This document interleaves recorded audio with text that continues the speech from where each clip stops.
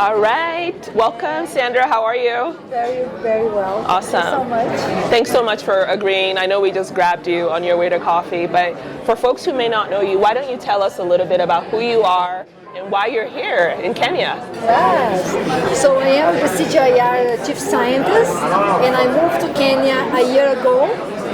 And came to lead the science portfolio, the investment in the science portfolio of CGIAR. So I'm now here for a year and living in Kenya. Really enjoy. It's a wonderful country with wonderful people, and I feel very welcome here. So really good. And the one thing important also is because here in Nairobi we have really a hub of CGIAR. In many ways, when we are put in this position, we ask the question, where is the highest concentration of scientists of CGIAR? The answer is in one place is in Nairobi, and where we have all centers of CGIAR, the answer is in Nairobi. So that's why I'm here. Okay, so the thing that I am so juiced about, if that's even a word, is chief scientist. Yes. That is so cool, and how appropriate. My name is Abiola, and I'm with the Center for Women's Policy and Agricultural Innovation. And Sandra is our first person that we're interviewing, and she's the chief scientist of the Consultative Group on International Agricultural Research, as it's called, CGIAR, which is the research entity that helps to build the research properties, the research innovations to feed the world, basically, right? So you all are doing discoveries to make sure that we don't go hungry. You were created at a time when there was food insecurity in the world, and so you all are a call to action when it comes to the needs of the world. CGIAR is the largest agricultural research group who does research for public goods. In other words, we are funded, and the science we develop, the products we develop, the solutions for agriculture that we are doing, and we don't do it alone, we do it for the partnerships in the ground.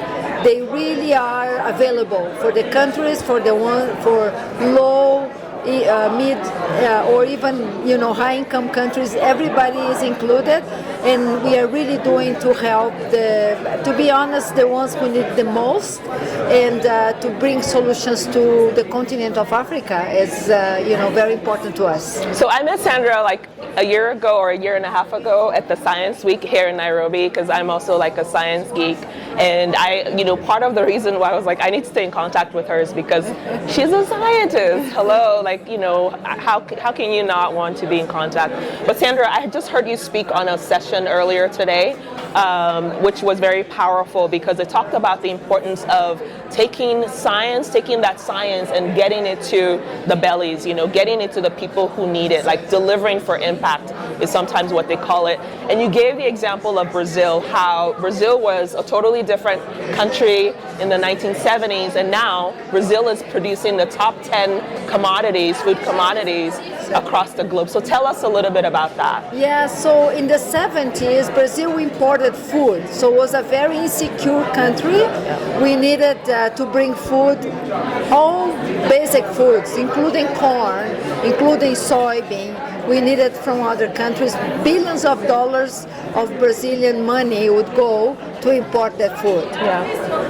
50 years forward, today, almost 60 years forward, if you will say that Brazil is one of the major exporters of agricultural products in the world.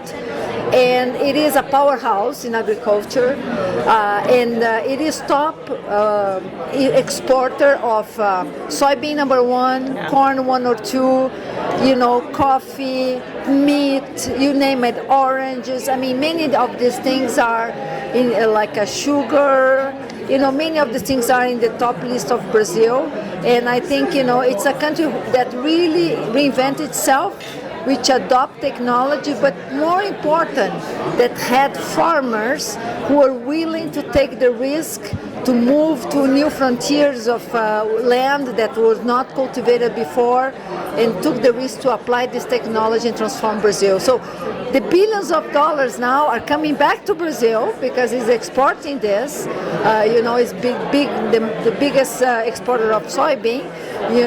Some of the meal that actually end up coming into Africa from China is Brazilian soybean, by the way. Wow, I had no idea. Yes. So, I think it's just, and I think what I spoke today is that the continent of Africa has that potential.